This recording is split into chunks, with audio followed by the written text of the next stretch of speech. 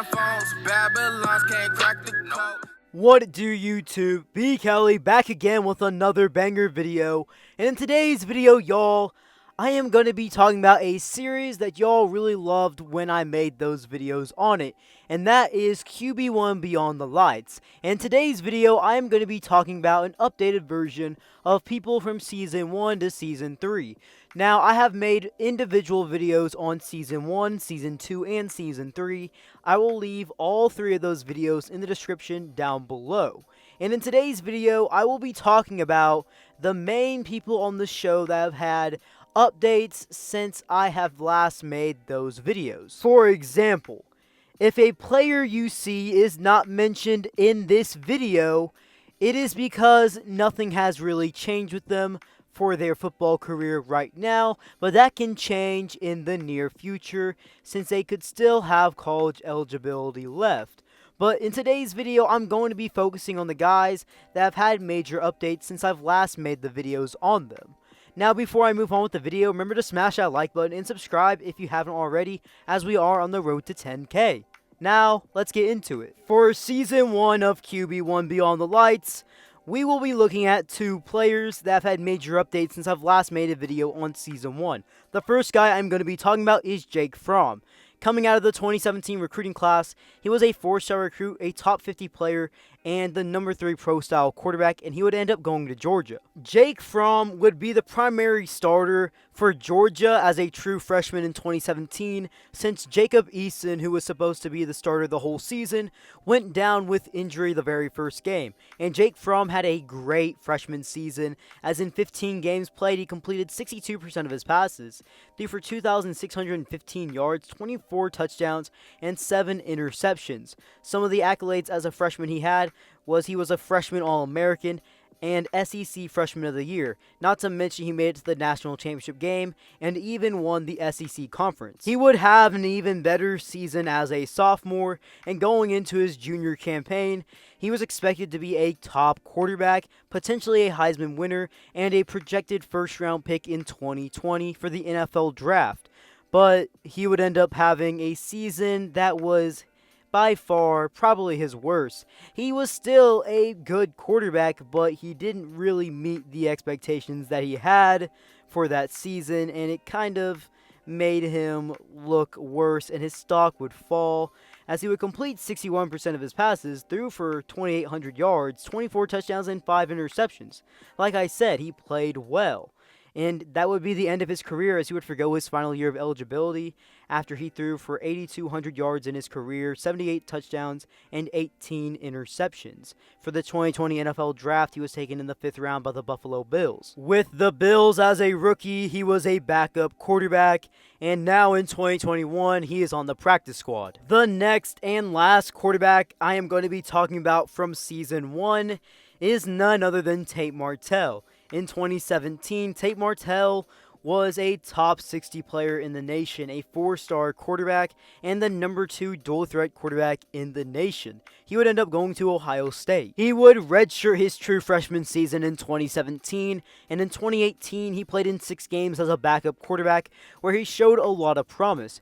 He was expected to originally be someone that was going to be competing for the starting job for 2019 with Justin Fields, but he would end up transferring from Ohio State to Miami. When he got to Miami in 2019, he was competing for the starting job in a 3-way race, and Tate Martell would end up being the 3rd-string quarterback, where he only played in 3 games in 2019, and he really didn't play that much at all in those 3 games. Going into 2020, he was a backup quarterback for Miami, but he would opt out of the season, not playing in a single game.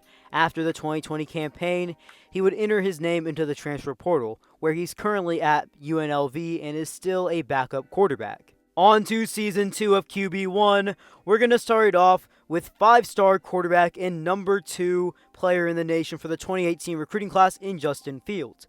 Fields would start off his college football career at Georgia, where he was a backup quarterback to Jake Fromm. He would play in 12 games as a true freshman, where he threw for 328 yards, 4 touchdowns, and 0 interceptions, while also rushing for 266 yards and 4 touchdowns, averaging 6 yards per carry.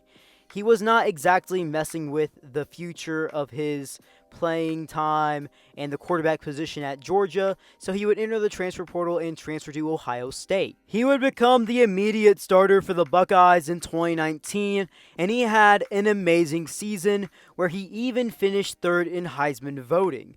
In 14 games played, he completed 67% of his passes, threw for over 3,000 yards, 41 touchdowns, and only 3 interceptions. He would also rush for a total of 10 touchdowns on the ground.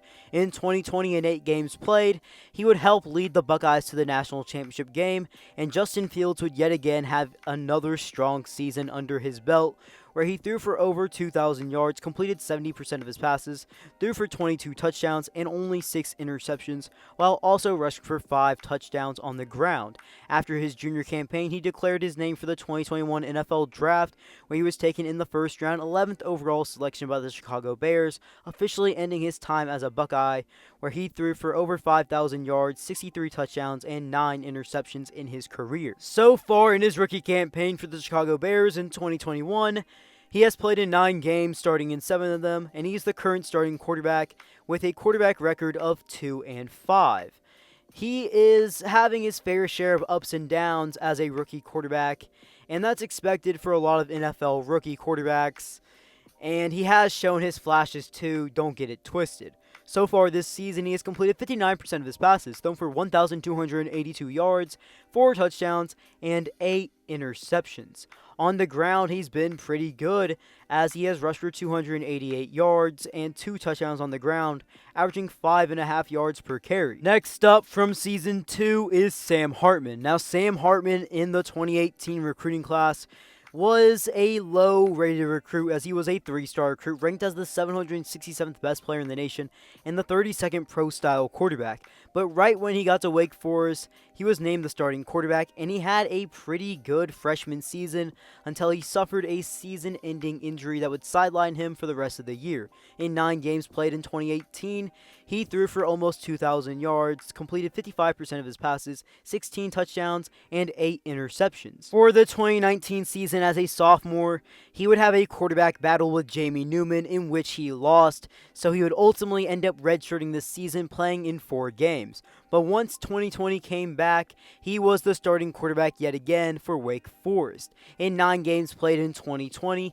he completed 58% of his passes, threw for 2,224 yards, 13 touchdowns, and 5 interceptions. But now we're going to go on to 2021, current day, where Sam Hartman is completely balling out and has led Wake Forest to a top 25 team and an 8-1 record. So far this season, Sam Hartman, like I said, is eating up the competition, completing 63% of his passes, throwing for 2,873 yards, 27 total touchdown passes through the air, and 5 interceptions. Not to mention, he's averaging almost 5 yards per carry on 286 rushing yards and 8 total touchdowns on the ground. The final guy I am going to be talking about in today's video, and the only guy from Season 3 of QB1 Beyond the Lights, is Spencer Rattler. In the 2019 recruiting class, he was a 5-star recruit, the number 1 pro-style quarterback, and the number 11 player in the nation. He would end up going to Oklahoma. As a true freshman in 2019, he would redshirt as he played in 3 games